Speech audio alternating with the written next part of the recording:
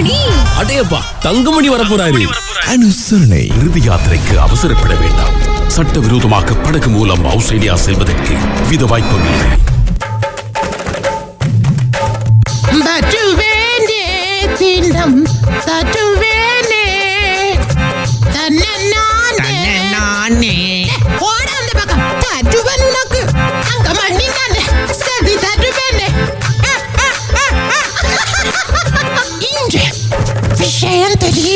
Thangamani skier. Good morning Thangamani, எப்படி இருக்கீங்க?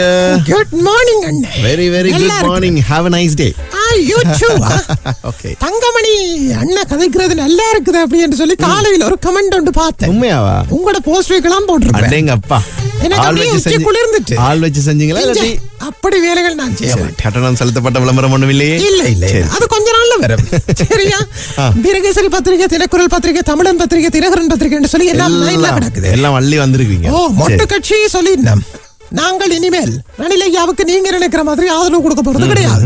எங்கட கட்சிக்கு சொல்லி நாங்க பெத்து வளர்த்து உண்ட வளர்ச்சிருக்கோம். அதைத்தான் கொடுப்போம், இல்லாட்டி அதைத்தான் காட்டுவோம்னு சொல்லி இருக்கேன். சரியோ? கொடுக்கறத விட அவரங்க கேட்க வேணுமே. அது சரி. இப்படி இருக்கீங்களா? ரணிலுக்கு ஆதரவில்லை, மொட்டு சின்னத்தில் வேட்பாளரை களமிறக்க மஹிந்த தரப்பினர் தீர்மானம். சலசலப்புக்கு மத்தியில் முடிவு. 79 உறுப்பினர்களில் 11 பேர் மட்டுமே கட்சியின் முடிவுக்கு எதிர்ப்பு. காபந்து அரசாங்கத்தில் பிரதமர் பதவியை எமக்கு விளங்க ரணில் இணங்கவில்லை, பஸ்ஸில் சொல்லியிருக்கிறார். சிறுபான்மையினரின் வாக்குகளை பெற முடியாது என பிரசன்ன சொல்லியிருக்கிறார். இந்த மாதிரி பல பேர் சொல்லியிருக்கணும். ஆனாலும் மொட்டு அசரவில்லை. சரியோ? ஒரு ஸ்ட்ராட்டஜி பிளான் ஒன்று நேற்று எதனும் டிஸ்கஸ் பண்ணிருக்காங்க, கலந்துரையாடி இருக்காங்க. இங்க போனா இந்த பிரச்சனை வரும், அங்க போனா அந்த பிரச்சனை வரும் சொல்லி எல்லா பிரச்சனைகளும் மேசையில முன்வைக்கப்பட்டிருக்கு. அதுக்கு பிறகு ஒரு ஏகமானதாக ஒரு தீர்மானத்துக்கு வந்திருக்கிறோம். நல்லது நல்லது, வாழ்த்துக்கள். இப்ப யாரை கூட்டிட்டு வர போறாங்க, அந்த நபர் யாருன்றதை தான் நாங்க பொறுத்திருந்து பார்க்கணும். கூட்டிட்டு வர வேணுமோ, இருக்கிறாக்கள் இருந்த ஒருத்தரை கொண்டு வந்து விடுவேணுமோ தெரியல. அதாவது இருக்கிறாக்கள் இருந்தா நிறைய ஒரு ஆளை விட சொல்லி கட்சிக்காரங்க சொல்றாங்க. ஆனா கட்சிக்காரங்க எல்லாம் வந்து நின்றா நமக்கு எல்லாம் வெல்றதுக்கான வாய்ப்பே இல்ல ராஜா.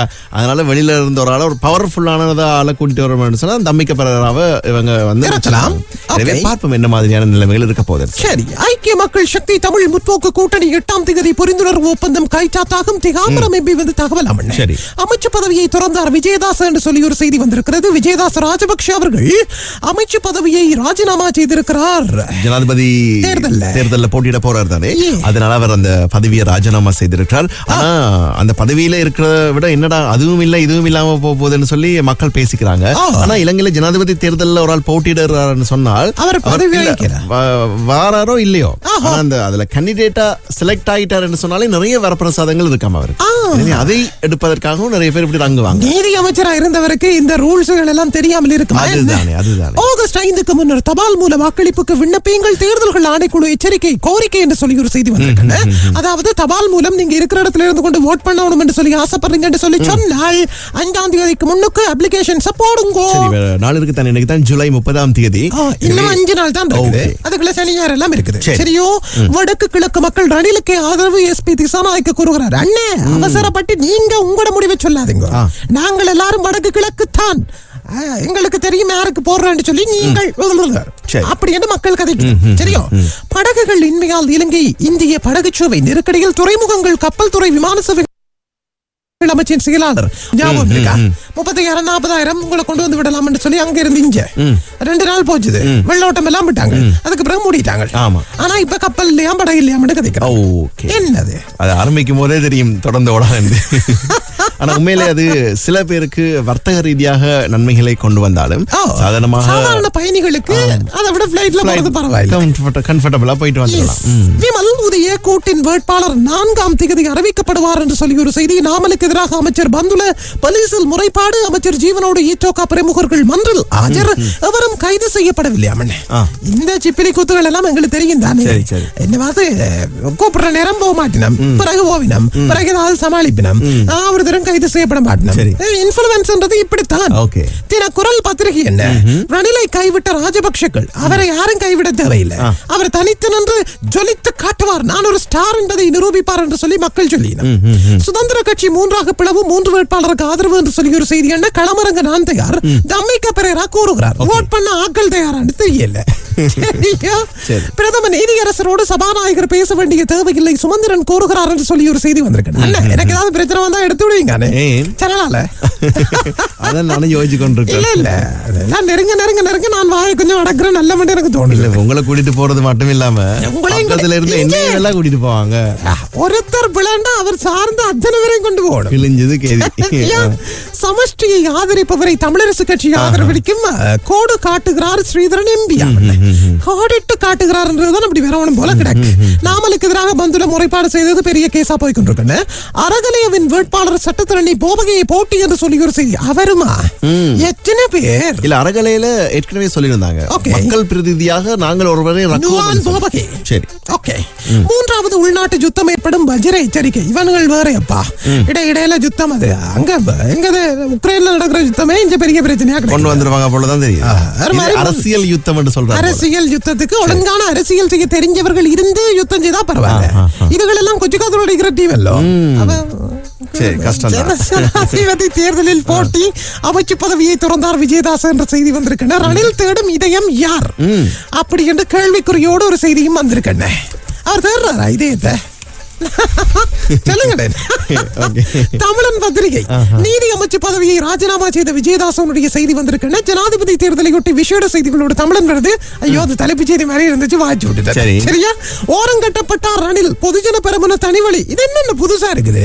அவர் இப்ப கேட்டவரா உங்களோட கட்சிகளை என்ன சேர்த்து உங்களோட கட்சி சார்பாக என்ன வந்து ஜனாதிபதி தெரிதான் சொல்லுதானே தெரியல. இல்ல அதாவது அவர் ஆரம்பிக்க ஜனாதிபதி வாழ்க்கையை ஆரம்பிக்க அந்த கட்சியில பெரும்பான்மையாக இருந்து அவங்களுடைய சப்போர்ட்ல தான் இவர் வந்தார்.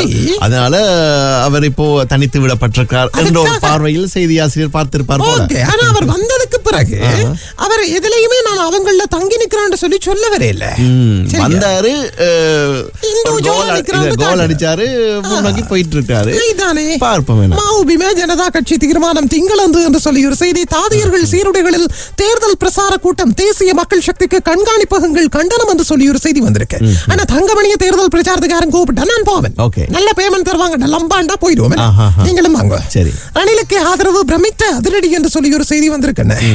இந்த செய்திகள் இன்றைய தமிழன் பத்திரிகையில் வந்திருக்குது. அங்க கந்தர் சோர்ந்து போனால் என்ன சேர்ந்து போனால் என்ன தனி வழியில் சென்றால் என்ன அப்படியே தமிழின் பின்பக்கம் கமலா ஹாரிஸினுடைய ஆதரவு கூடி வருவதாக பத்திரிகைகளில் செய்தி வந்திருக்கு. அமெரிக்க ஜனாதிபதி தேர்தல் 2024 முன்னணியில் கமலா ஹாரிஸ் சரியும் ட்ரம்பின் வாக்கு வங்கி என்று சொல்லி ஒரு செய்தி வந்திருக்கு. பிரச்சாரங்கள்ல முன்னாள் ஜனாதிபதி பராக் ஒபாமாவும் சேர்ந்து கமலா ஹாரிஸுக்கு ஆதரவு கொடுக்கிறார். டொனால்ட் ட்ரம்ப் எப்படியாவது இந்த முறையும் வீழ்த்திடுவாங்களா இல்லையான்றதை நாங்க பொறுத்து தான் பார்க்கணும். எதிர்பாராதது. ஆனா இப்ப கமலா ஹாரிஸை பொறுத்த வரைக்கும் அவங்க வந்து மெஜாரிட்டி என்று சொல்லி பார்த்தா அவங்க வெள்ளை இல்ல தானே. அதனால வெள்ளையல் வந்து வெள்ளைக்கு தான் போடும். அமெரிக்காவில் இது நிறவரின்றது வந்து காலாகாலமா இருக்கிற ஒரு விஷயம். அதனால வெள்ளைகளுக்கு தான் போடும். அங்க இருக்கிற கருப்புகளும் வெள்ளைகளுக்கு தான் போடும். இந்தியன்ஸுக்கு போடாது.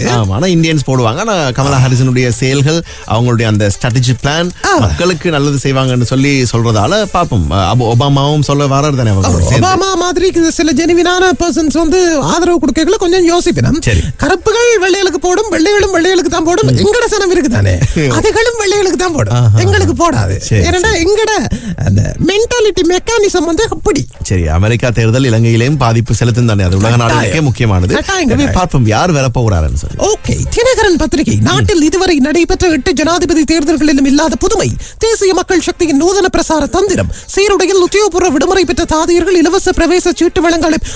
இது வந்து நானும் ஞாயிற்றுக்கிழமை நியூஸ்ல பார்த்து கொண்டிருக்கேன். பெரிய ஒரு தாதியர் டீம் டாக்டர்ஸ் எல்லாம் வந்து இருக்கிறோம் கொண்டு போய் கொண்டிருக்குது. இது எப்படி அது சாத்தியம்? தேர்தல் பிரசார கூட்டத்தில் இவே வந்திருக்கிறமே அப்படின்னு சொல்லி நான் யோசிச்சேன். சீருடையோட அதுக்கு பின்னால இவ்வளவு இருக்குதாம் இப்பதான் தெரியுது. ஜனாதிபதி தேர்தலில் தனித்து போட்டியிட SLPP முடிவு. அரசியல் சபை கூட்டத்தில் நேற்று தீர்மானம். சில தினங்களில் வேட்பாளரின் பெயர் அறிவிப்பு. சில தினங்கள் இன்றைக்கு நாளைக்கு என்று சொல்லி இழுத்தடிச்சு அப்படியும் 21ஆம் தேதி வரைக்கும் கொண்டு போயிருங்கள். 15ஆம் தேதிக்கு முதல் எப்படியாவது சொல்ல இன்னொரு இன்றைக்கு நாளைக்கு 31ஆம் தேதி அதுபோல 1, 2, 3 அப்படியே ஆகஸ்ட் 15க்குள்ள வேட்புமனு தாக்கல் நாமினேட் பண்ண தனி வேணும். டக்குன்னு சொல்லுவாங்கன்னு சொல்லி நம்புறோம். ஓகே. நாட்டை மீட்டெடுக்கக்கூடிய ஒரே தலைவர் ரணிலே. அதனால் அவருக்கே ஆதரவு பந்துல குணவர்த்தன சொல்லி இருக்கிறார். சம்பிரதாய அரசியலில் ஈடுபட்டால் நாட்டில் 3வது போர் ஏற்படும். வாக்காளர்கள் பொறுப்போடு செயற்படல் அவசியம் என்று சொல்லி வஜ்ர அபிவர்த்தன சொல்லி இருக்கிறார். ஜனாதிபதி தேர்தலுக்கு 14 பில்லியன் தேவை. தேர்தல் திணைக்களத்திற்கு தபால் திணைக்களம் அறிவிச்சிருக்கேன். வாகன இறக்குமதிக்கான அனுமதி அடுத்த மாதம் முதல் படிப்படியாக வழங்க அரசாங்கம் நடவடிக்கை. நிதி ராஜாங்க அமைச்சர் சிகாந்த் சோமசிங்க. அதாவது 4 கட்டங்களாக இது வழங்கப்பட போறதாக சொல்லியிருந்தாங்க தானே.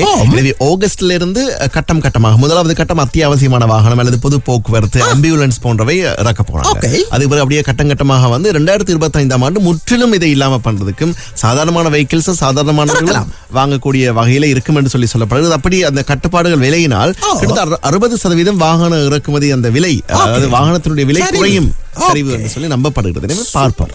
நல்ல விஷயங்கள். ஒரு கார் ஒன்று வாங்கலாம் என்று இருந்தோம், கனவு நினைவாகுதான்னு சொல்லி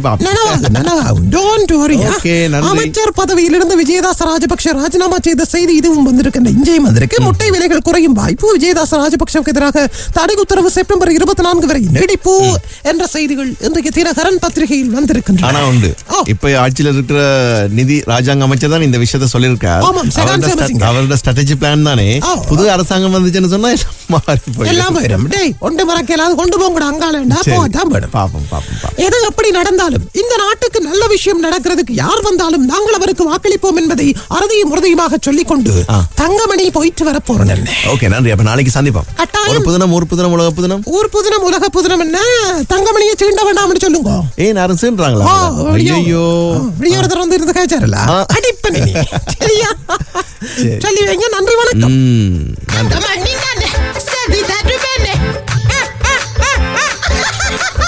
எல்லாம் முடிஞ்சது, போங்க. அனுசரணை. இறுதி யாத்திரைக்கு அவசரப்பட வேண்டாம். சட்டவிரோதமாக படகு மூலம் ஆஸ்திரேலியா செல்வதற்கு வித வாய்ப்பும் இல்லை.